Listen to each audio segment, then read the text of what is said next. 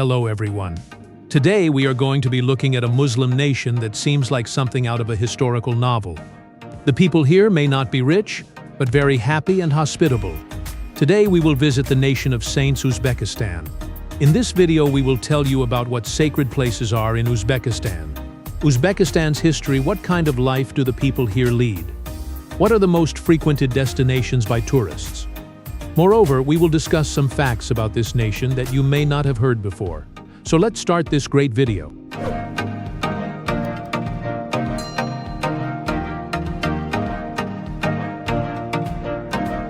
What if I told you there was a country in the middle of Asia that most Americans had never heard of, but it has long been the meeting place of civilizations?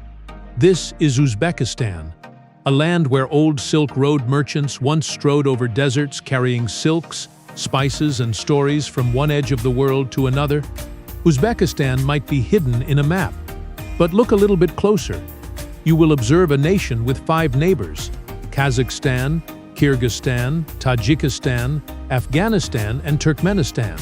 Somewhere history never disappeared, and strangely neither did the futures. Its capital city of Tashkent features wide boulevards, modern skylines, and bustling bazaars and relics of a past that goes back thousands of years. Conic. It is one of the largest nations in Central Asia, with the country's land size being roughly 173,000 square miles.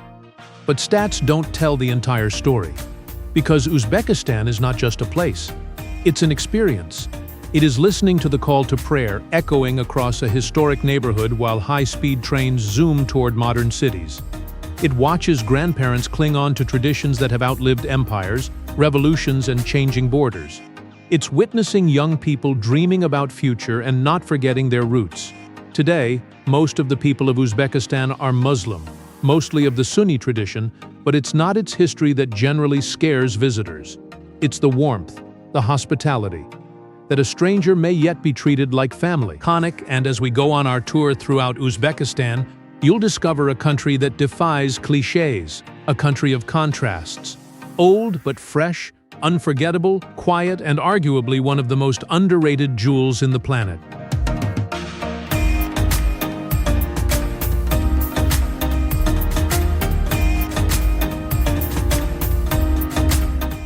But here is where Uzbekistan becomes even more interesting. The farther in you go, the more familiar it becomes, particularly if you are from Pakistan, India, or elsewhere in South Asia. You may hear a word and think, wait, I have heard that before. You can sit down to supper and find foods that seem startlingly familiar, and that's no coincidence. For millennia, Uzbekistan was not cut off from the world. It was attached to it, long before the days of aircraft, freeways, or the internet. Merchants, intellectuals, travelers, and families traversed the Silk Road, taking along much more than things. They bore language, customs, the recipes, thoughts, and fragments of their identity. That's why you will see many of Urdu terms that seem like words in Uzbek and other Central Asian languages. Conic. That's why the cultural practices, the hospitality traditions, the family values often seem shockingly similar throughout the area. Even the food has a tail bite of kebab. Peel off a little of warm naan. Eat a bowl of thick shorba, or perhaps a dish of pilau, locally plov. This isn't just food. They are living historical pieces, hungry for migration, commerce, and cultural interaction through the ages. Picture a voyager of ages past traversing deserts and mountain passes. In one bag he has spices, stories in another, and without realizing it, he serves to form the culture of countries thousands of miles away. Such is the legacy of Uzbekistan, not only as a nation on a map, but as a cultural bridge between Central Asia and South Asia, a location where influences went every which way. Conic. And now those ties are still alive, in the words individuals use, in the meal they eat together, and in the customs that still link families across borders and generations.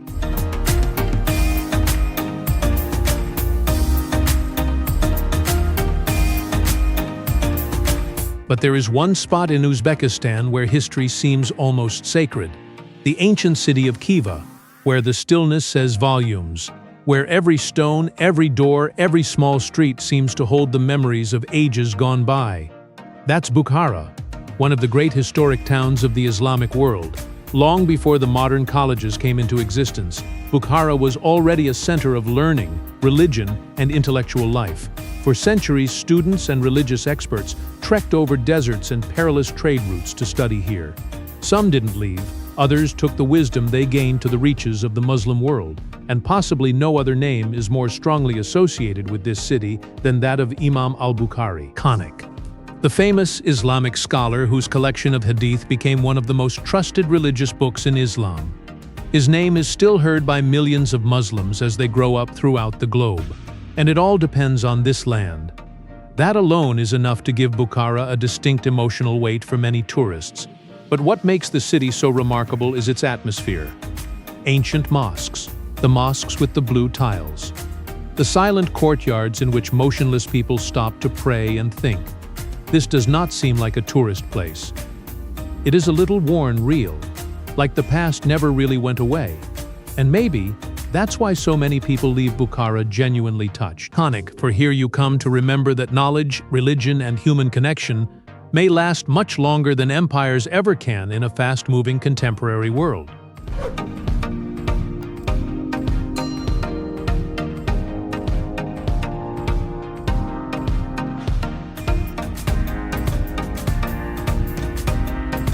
But statues don't convey the whole tale.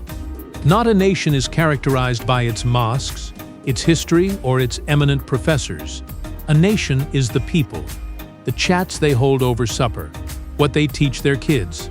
It's the little touches people never forget, and they are omnipresent in Uzbekistan. Today, this nation is home to more than 36 million people. The majority are ethnic Uzbeks, but Uzbekistan is also a mix of other groups, cultures and traditions living side by side for centuries. Stroll in a district of Tashkent, visit a bazaar in Samarkand, or just spend a day in a little rural village. You will hear more than one language. Uzbek is the official language, however Russian is widely spoken and Tajik is prevalent in certain parts. This variety is a result of centuries of migration, commerce, and cultural interchange along the Silk Road. But despite these distinctions, there is a strong feeling of common identity. Family first. Respect is a good thing, and elderly are given a degree of dignity that many tourists observe right away. Many houses still have numerous generations gathered around the same table. Grandparents tell tales, parents provide direction. Children learn customs that have lasted for hundreds of years. Religion is also a significant part of everyday life. Most of the people are Muslims, and the local culture is often influenced by religion, community, and respect. But probably the most memorable element about Uzbek society is not something that can be measured in numbers. It is a sensation. That sense of being welcomed, of being asked a question after having been served tea, being treated less like a tourist and more like a guest. And sometimes in a world that goes too quickly, that plain human kindness has the greatest impact of all.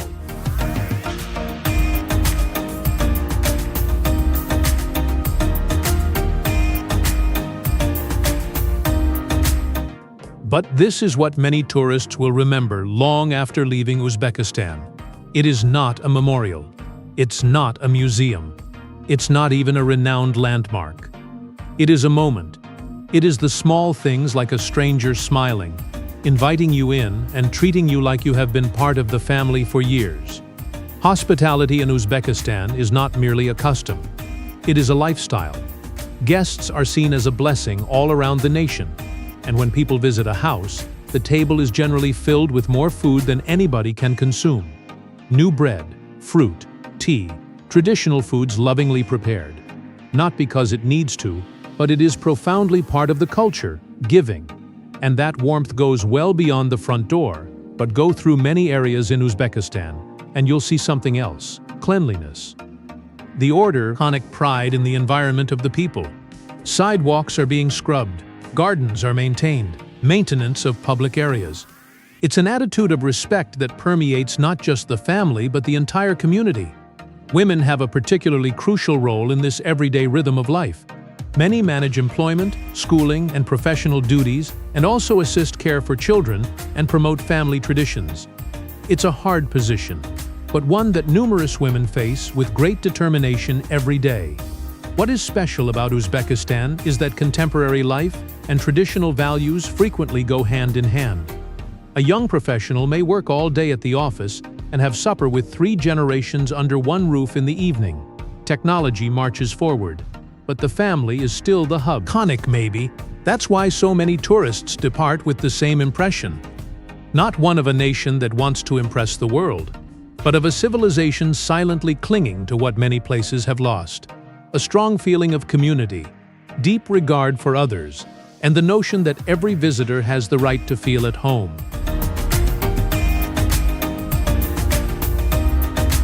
If you genuinely want to know a nation, do not begin with its politics, don't start with its economics, sit at its table.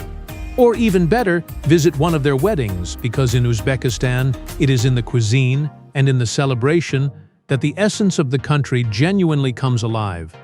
On entering an Uzbek gathering, the scents that meet you appear to be telling tales of their own. Baked bread, fresh slow-cooked beef, generations of tradition, seasoned rice recipes rich in flavor, and at the heart of it all lies plov, the country's national dish. Plov is more than food. It contains rice, pork, carrots, onions, and a meticulous combination of spices, a sign of hospitality, a family emblem, and a sign of community. Iconic, a holiday, a family gathering, a wedding, whatever the occasion, the odds are good that plov will be served. But the food is only one aspect of the event. The true magic occurs when people join together, and nowhere is it more apparent than during an Uzbek wedding. These festivals are famed throughout Central Asia for their magnitude, intensity, and beauty. As many as hundreds of guests may assemble to witness a marriage that is considered not only as the combining of 2 persons but 2 families. The bride and groom are generally dressed in beautiful traditional dresses with brilliant embroidery and complex designs handed down through generations. The air is filled with music. Complete rooms come alive with traditional dances. Iconic table-to-table laughter rings, and people get together to rejoice for hours, maybe days. It's not the scale of the event that makes some weddings noteworthy. It's the feeling behind it. The grandparents looked on proudly, the parents trying to hold back tears, the kids racing through the crowd, moments that remind us that no matter where we live, family, love, and belonging speak a language that every human heart knows. But this is the side of Uzbekistan that most tourists seldom see outside of the historic mosques. The Silk Road stories, every day a country wakes up to build its own future on its own. And that story begins, for the most part, in the cotton fields. For generations, cotton has helped shape Uzbekistan's economy. Uzbekistan is also often called the White Diamond Country. Cotton has been one of the most significant resources for the nation from the Soviet period to the present freedom. Today, it continues to be a major export and an important source of income for many people. If you drive across the countryside in the harvest season, you will understand why. Endless fields beneath the sun. The farmers go forward, row by row, carefully. Iconic whole communities come together in the busiest months of the year. Agriculture is more than a career for many families. That's the custom. It is survival, and it's quite intimate. But modern Uzbekistan is not resting on its laurels. Since the collapse of the Soviet Union, the country has been changing swiftly. New industries are sprouting up. New businesses are sprouting up everywhere. In areas like Tashkent, roads are being built every year. Technology grows every year. Every year, international trade is increasing. But it is the balance that makes Uzbekistan attractive, a country trying to rush toward modernity, tied to the land and traditions that gave it life. And perhaps this is the reason Uzbekistan appears so real to so many foreigners. Iconic behind the stats and the economic success are regular individuals trying to construct better lives for the next generation. The same optimism that families throughout the world have. What if I told you that one of the world's most historic nations is also one of its most surprise success stories? Because when a lot of people think of old Silk Road towns, they think of cities stuck in time. Pretty historic, but isolated from the contemporary world. Uzbekistan defies that premise entirely. As the nation has evolved and urbanized, it has spent considerably in infrastructure that links people, companies, and cultures. Major cities are now connected by wide roadways across enormous distances. Uzbekistan's modern airports are connected to locations throughout Asia, the Middle East, and Europe. And maybe most spectacular of all is its train network, Islamic. Once characterized by camel caravans and commercial routes, the area today has fast, luxurious trains that run effectively between the country's most major towns. It's an amazing dichotomy. Ancient history in your own backyard, modern transit under your feet. But it is not only infrastructure that is attracting worldwide interest, it's what that infrastructure produces. Every year, more and more travelers discover Uzbekistan's remarkable combination of tradition and contemporary ease. They came to see the gorgeous mosques gleaming in the twilight sky. They go through centuries-old madrasas where intellectuals formerly studied philosophy, science, and religion. They wander through old squares that have seen the birth and fall of civilizations. Iconic, but unlike many historic places, these landmarks have been well conserved and not forgotten. And the outcome is something unusual. A land where the past still lives. Not behind glass at a museum, but intertwined into daily existence. And that's why so many guests depart with the same sense. They didn't just go to another place. Here history and development run side by side, a place to experience, and, somehow, both equally memorable.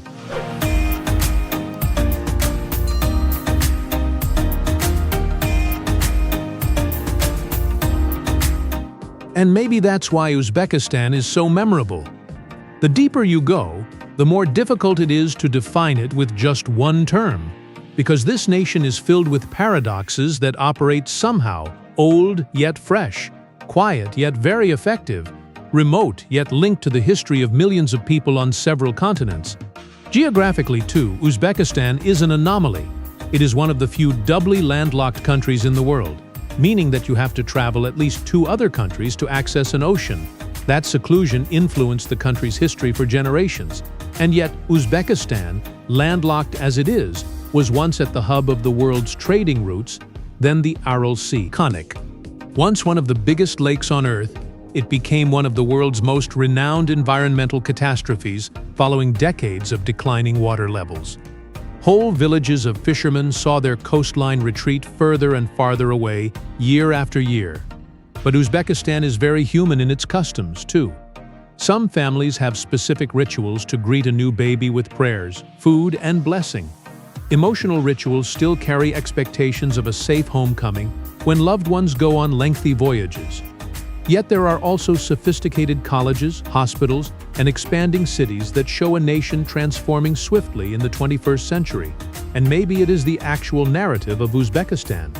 It is not some forgotten country in Central Asia, iconic, but a live intersection of Islamic heritage, Turkic culture, Silk Road history, and contemporary aspiration still meeting every day.